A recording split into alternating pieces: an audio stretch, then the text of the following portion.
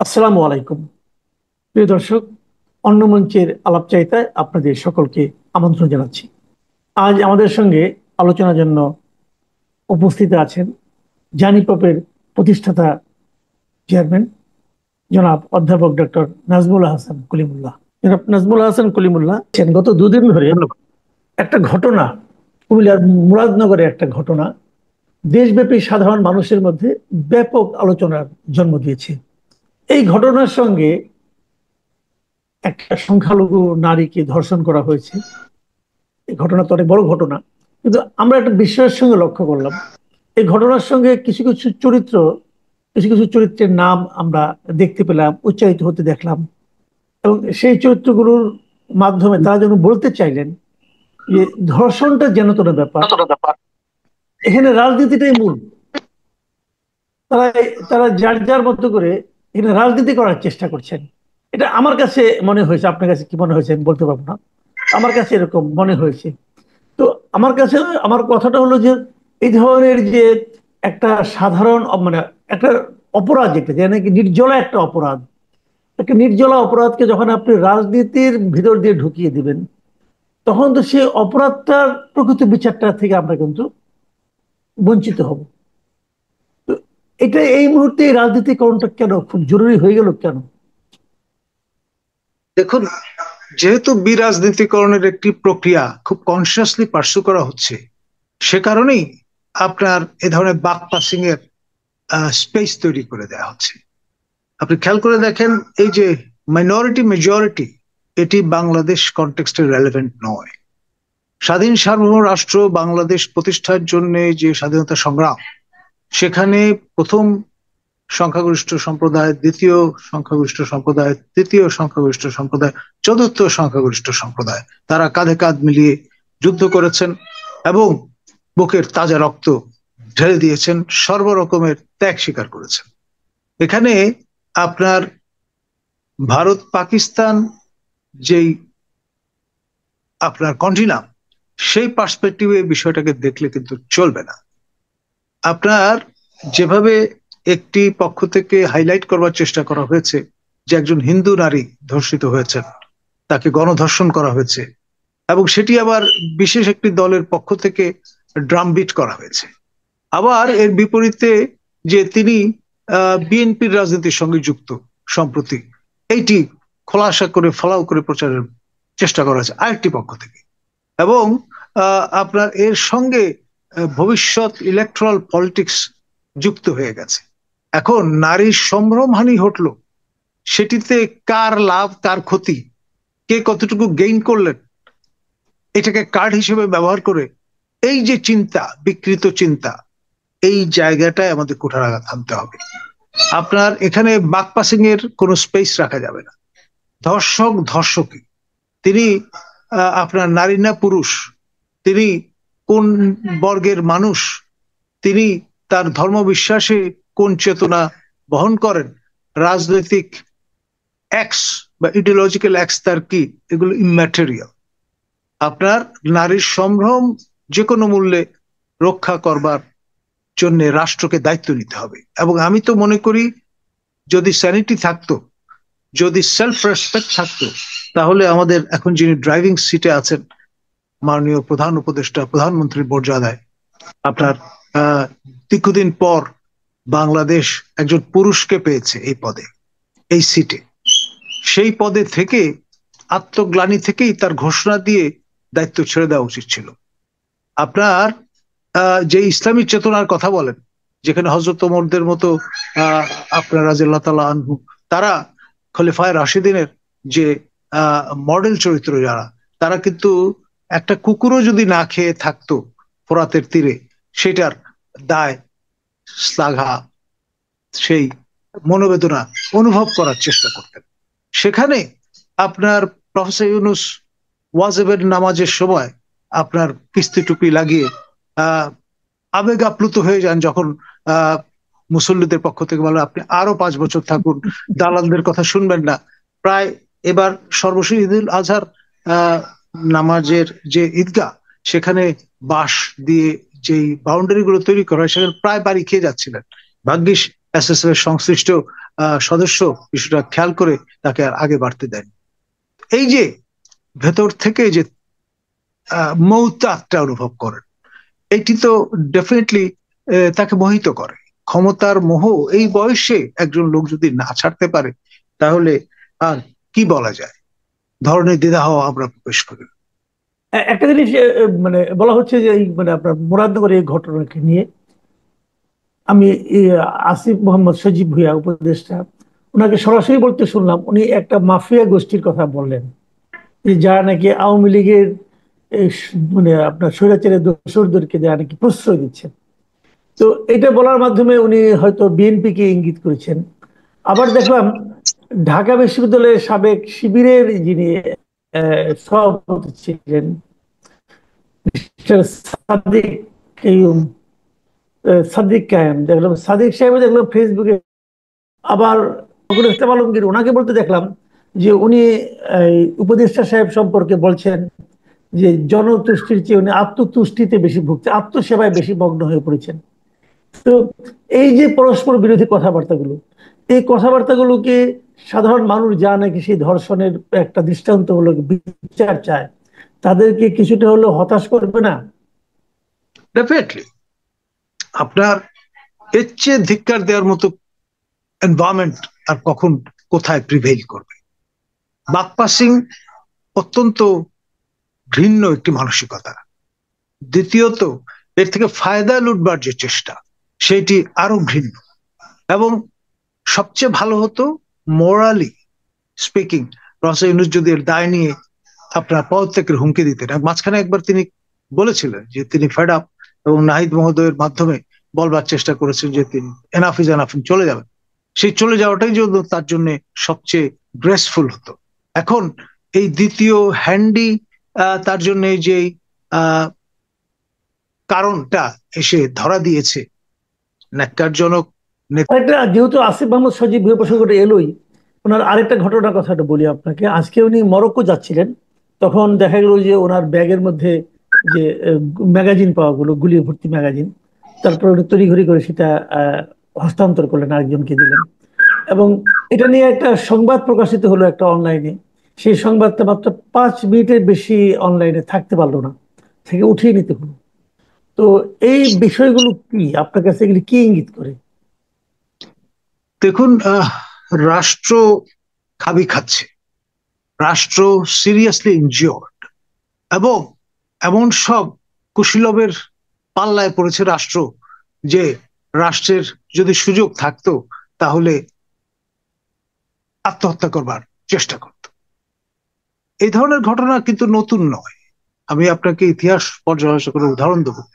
আমাদের যে ট্রায়ো বাংলাদেশকে অদৃশ্য সুতার টানে বিদেশ থেকে পরিচালিত করবার চেষ্টা করেন, প্রফেসর ইউনূসের স্পোক্সম্যান হিসেবে আনঅফিসিয়ালি কাজ করেন, সেই ত্রিরত্নের অন্যতম রত্ন, যিনি আমেরিকায় মোতায়েন থেকে আপনার বয়ান হাজির করেন, আমার প্রিয় ভাজন, তার এক সময় কর্মক্ষেত্র ছিল একুশে টেলিভিশন। তিনি একুশে টেলিভিশনের স্বত্বাধিকারী সালাম সাহেবকে এ ধরনের পরিস্থিতিতে যখন পড়তে হলো, তখন আমার সাহায্য কামনা করলেন।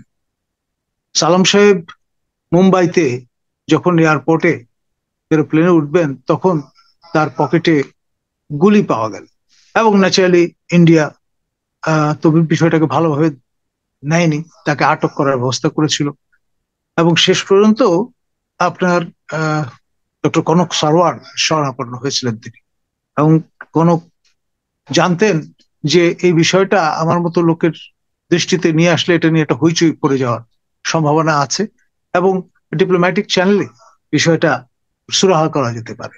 তো যাই হোক, কনক তার এমপ্লয়ারের প্রতি সহানুভূতিশীল হয়েছিলেন, এবং সেই জন্যে সেই যাত্রা আপনার সালাম সাহেব আপনার মান সম্মান নিয়ে সশরীরে ভারতীয় শাসন যেই নিগড়, তা থেকে নিজেকে রক্ষা করতে সক্ষম হয়েছিলেন। এখন আপনার এই যে নজিরটি, সেটি আমাদের কর্তৃপক্ষ আমলে নেয়নি সিরিয়াসলি। যদি নিত তাহলে কিন্তু এই দ্বিতীয়বারের মতো ঘটনাটি ঘটতো না।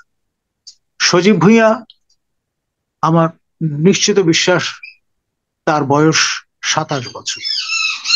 আপনি অস্ত্রের লাইসেন্সের অধিকারী হতে পারেন যদি আপনার 30-70 বয়স হয়।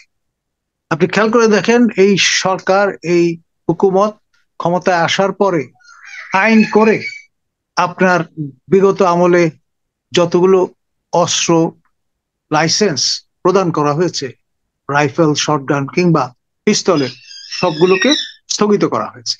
এবং আপনার এই অস্ত্র শুধুমাত্র যারা কমিশনড অফিসার তারাই আপনার রক্ষা করতে পারবেন, ব্যবহার করতে পারবেন, এবং তাদের লাইসেন্স ভ্যালিড থাকবে। আর বেসামরিক নাগরিক যাদের এটি আরো বেশি করে প্রয়োজন আত্মরক্ষার্থে, তারা এটি মেনটেন করতে পারবেন না। এই রকমের একটি আজ্ঞা হাজির করে দেওয়া হলো। এবং ধরুন আমার ক্ষেত্রে আমার পিস্তল এবং শটগানের লাইসেন্স করা ছিল, যেহেতু আমি একজন কমিশন অফিসার। মহামান্য রাষ্ট্রপতির আদেশে আমাকে কমিশন প্রদান করা হয়েছে। 2002 সালে বাংলাদেশ মিলিটারি একাডেমি থেকে প্রি কমিশন কোর্স করে আমি এই যোগ্যতা অর্জন করেছি। আমাকে চেহারা দেখে কেউ দেয়নি। এবং আপনি ট্রল করে বা একটু বাঁকা চোখে বললেন যে honorary commission, no, I had to earn that. আমি ধাপে ধাপে সেকেন্ড লেফটেন্যান্ট থেকে লেফটেন্যান্ট, লেফটেন্যান্ট থেকে ক্যাপ্টেন, ক্যাপ্টেন থেকে মেজর হয়েছি। এবং যেহেতু আমি সরকারের সমালোচক ছিলাম, আমি সেই কারণে আমার প্রমোশন আটকে রাখা হয়েছিল 4 বছর। যখন আমি ডিউ, তার থেকেও 4 বছর আমাকে এটি প্রদান করা হয়নি, এবং আমার কারণে পুরো বাহিনীর আপনার পদোন্নতি আটকে রাখা হয়েছিল। পরবর্তীতে আমাদের বর্তমান মাননীয় প্রতিরক্ষা মন্ত্রী, অর্থাৎ Nobel laureate professor doctor Yunus, তিনি আমার 4 বছরের যে বঞ্চনা, সেটি আমাকে ফেরত দিয়ে ভূতাপেক্ষা অনুমোদন দিয়ে কিন্তু আমার প্রমোশন কার্যকর করেছেন। I am grateful to him. কিন্তু বিষয় সেটি হচ্ছে, আপনি একজন বেসামরিক নাগরিকের অধিকার খর্ব করলেন, যার সবচেয়ে বেশি দরকার আত্মরক্ষার। এই অরাজক সময়, এই মব কালচারের সময় তাকে নিরস্ত্র করে দিলেন। আর যাদের আপনার না থাকলেও চলে, তাদেরকে আপনি ঘাটালেন না। এক। দ্বিতীয়ত, আপনার এখানে যে বিষয়টি, সচিবালয়ের প্রবেশাধিকার, আপনার আমাদের যারা সাংবাদিকতা করেন, এখানে 2 ক্যাটাগরির বা 3 ক্যাটাগরির সাংবাদিক আছেন। যারা ইলেকট্রনিক মিডিয়ায় কাজ করেন তারা একরকম, যারা প্রিন্ট মিডিয়ায় কাজ করেন তারা একরকম, আবার কিছু কিছু ব্যক্তি আছেন যারা ফ্রিল্যান্স। আপনার নাহিদ মহোদয় তখন আপনার এই মন্ত্রণালয়ের দায়িত্বে, রহস্যজনকভাবে অগ্নিকাণ্ডের ঘটনা ঘটলো, একটি সারমেয় প্রাণ হারালো, অগ্নিদগ্ধ হলো, এবং গভীর রাত। এবং এই অজুহাতে যিনি আপনার সচিবালয় দেখাশোনা করবার দায়িত্বরত পুলিশ কর্মকর্তা ছিলেন, তাকে, যেহেতু তার স্ত্রী এক সময় গোপালগঞ্জে কর্মরত ছিলেন, সেই অজুহাতে সেইভাবে 2-4 করে তাকে প্রত্যাহারের ব্যবস্থা করা হলো। এবং আপনার সকল সাংবাদিকের আপনার অ্যাক্রেডিটেশন কার্ড সাসপেন্ড করে দেওয়া হলো। এবং আরো যে কাণ্ডটি হলো, বলা হলো যে যারা ফ্রিল্যান্স তাদের এটি আর ভ্যালিড থাকবে না।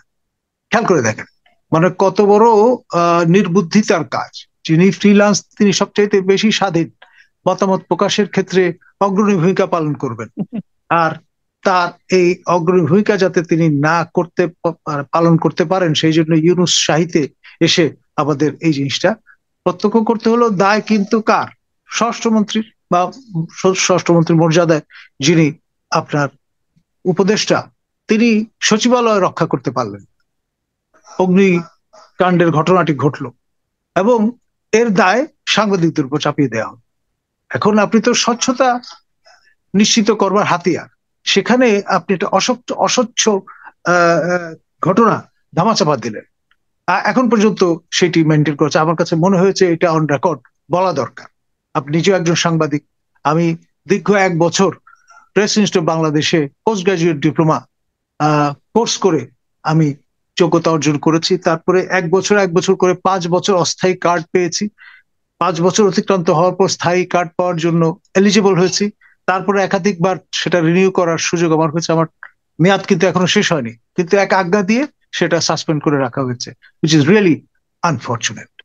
এবং ইউনূসের এই আমলে এসে আমাদের এই অভিজ্ঞতার মধ্যে দিয়ে যেতে হলো, এবং আজ পর্যন্ত কোনো জুডিশিয়াল প্রোব ইনকোয়ারি রিপোর্ট আমরা কিন্তু পাইনি। দায়টা কার, দায়ী কে, ওই সময় কারা সচিবালয়ে ছিলেন, এই বিষয়গুলো কিন্তু আমরা জানি না। এরপরে আমরা দেখেছি নানান রকম নিবর্তনের চেষ্টা করা হয়েছে সচিবালয়ে। যারা পেশাগত বিভিন্ন ইস্যুতে আন্দোলন উন্মুখ হয়েছেন তাদের ডান্ডা মেরে ঠান্ডা করে দেওয়ার ব্যবস্থা হয়েছে, কিন্তু নিজেরা যে এই দুর্ঘটনাগুলো ঘটালেন বা এর দায়টা নিলেন না, এটা কিন্তু ভবিষ্যতে একটা কালো অধ্যায় হয়ে থাকবে বাংলাদেশের সচিবালয়ের ইতিহাসে। সচিবালয়ের ইতিহাসে ব্যত্যয় ঘটেছিল এরশাদ শাসন আমলে। আপনার 87 সনে স্বরাষ্ট্র মন্ত্রণালয়ের নিকটস্থ যে দেয়াল সেটি ফুটো করে ফেলা হয়েছিল, সেটাই ছিল সর্বশেষ ঘটনা, কিন্তু সেটি সফল হয়নি। কিন্তু সাফল্যের সঙ্গে আপনার অগ্নিকাণ্ড ঘটলো এবং ঘটানো গেল সচিবালয়ে মধ্যরাতে, সেটি কোনো কুলকিনারা আমরা এখন পর্যন্ত পাইনি। এর দায় কিন্তু প্রফেসর ইউনূসকে নিতে হবে। সেটি উদ্ঘাটনের দায়িত্ব ছিল তার। তিনি ঘর গোছানোর অংশ হিসেবে এই তার মেয়াদ শেষ করার আগেই তার উচিত হবে এটির উপর একটি শ্বেতপত্র প্রকাশ করা। ধন্যবাদ। আচ্ছা, আরেকটা জিনিস আপনি আমাকে একটু বলেন, যে কথাটা আপনি একটু বললেন যে অস্ত্রের লাইসেন্স পেতে হলে মিনিমাম 30 বছর লাগে, এবং আমাদের এই একজন বেসামরিক নাগরিকের জন্য, যিনি সামরিক অফিসার, সেনা নৌ বিমান বাহিনীর কমিশন অফিসার, তার বয়স কম হতে পারে, কিন্তু যেহেতু তার প্রশিক্ষণের অংশই হচ্ছে অস্ত্র চালনা, ইজ এন্টাইটেলড। জি, সেই আইন, সেই রীতি, সেই প্রথা কিন্তু এখানে হয়তো কার্যকর নাও হতে পারে, কিন্তু একজন বেসামরিক নাগরিক তিনি যাদের দায়িত্বশীলতার সঙ্গে তার অস্ত্র ব্যবহার করতে পারেন ফর সেলফ ডিফেন্স, সেই জন্যই কিন্তু তাকে এই অস্ত্রের লাইসেন্সটি প্রদান করা হচ্ছে। অস্ত্রের দুই রাইফেল এবং আপনার শর্টগান, সেটির লাইসেন্স ইস্যু করবেন জেলা প্রশাসক, স্বরাষ্ট্রমন্ত্রীর মন্ত্রণালয়ের অনুমোদন সাপেক্ষে। আর পিস্তলের লাইসেন্স যিনি প্রদান করবেন তিনি কিন্তু স্বয়ং স্বরাষ্ট্রমন্ত্রী বা স্বরাষ্ট্রমন্ত্রীর মর্যাদায় উপদেষ্টা মহোদয়। না, তাহলে আসিফ মাহমুদ কিভাবে অস্ত্র মানে লাইসেন্স পেলেন? তো লাইসেন্স না পেলে উনি গুলি দিয়ে কি করবেন? ওনার সঙ্গে তাহলে গুলি থাকছিল কেন? আপনার শুধুমাত্র এই কারণেই তো তার পোর্টফোলিও হারিয়ে ফেলা উচিত। আমাদের এই বেয়ারা কথাগুলো বলতে পারতে হবে। আইনের শাসন আপনি মানবেন না, আপনি খাতির যত্ন করবেন। ধরুন আপনার যখন সালাম সাহেব ফিরে আসলেন দেশে, তখন কিন্তু বিষয়টা নিয়ে কোয়ারি করা উচিত ছিল, সেটা কিন্তু করা হয়নি এবং কেউ জানতোই না। আমি যদি আজকে আপনার মাধ্যমে এটি প্রকাশ না করতাম, সজীব মহোদয় কাণ্ডটা না ঘটালে, আমারও বলার কোনো প্রয়োজন ছিল না। আমি যেহেতু ইতিহাস চেতনা মেনটেন করি, সেই কারণেই কিন্তু অন রেকর্ড গতিতে কোনো বললাম। আচ্ছা, এখানে আরেকটা কথা আপনি আমাকে বলেন, যে ধরা যাক হাইপোথেটিক্যালি উনি অস্ত্র রাখতে পারেন, ধরা যাক, আমি ধরে নিলাম, তো উনি তো রাখার কোনো সুযোগ নেই, বৈধ সুযোগ। এটা সুযোগ নেই। তার গানম্যান থাকতে পারে, গানম্যানদের জন্য কতগুলো প্রোটোকল আছে। যেমন গানম্যান যখন পতাকাবাহী গাড়িতে থাকবেন, যিনি চালক তার পাশে মোতায়েন থাকবেন, এবং তার জন্য এক্সামশন যেটি, যে তিনি সিট বেল্ট লাগাবেন না, যে কোনো সময় তাকে লাফ দিয়ে পড়তে হতে পারে আত্মরক্ষার্থে, ভিআইপির আপনার জীবন রক্ষার্থে। সেই জন্য তার জন্য অ্যালাউড, তিনি ফ্রন্ট সিটে বসলেও তিনি সিট বেল্ট ব্যবহার নাও করতে পারেন, যেটি ম্যান্ডেটরি। এটা কি তার গানম্যানের অস্ত্র ছিল, গুলি ছিল? যদি তাও হয়, সেটি তিনি ক্যারি করবেন কেন? It's other around. যিনি গানম্যান, তার নিরাপত্তা নিশ্চিত করার জন্য যে আর্মস অ্যামুনিশন সব তার কাছে থাকবে।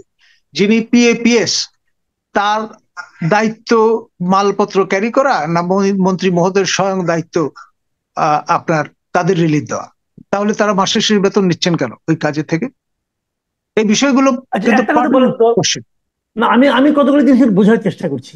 আপনি একটা কথা ভাবুন তো, যদি এটা আমাদের এখান থেকে যদি চলে যেত, উনি তো মরক্কোতে যাচ্ছিলেন, মরক্কো এয়ারপোর্টে নামার পর কি অবস্থা হতো?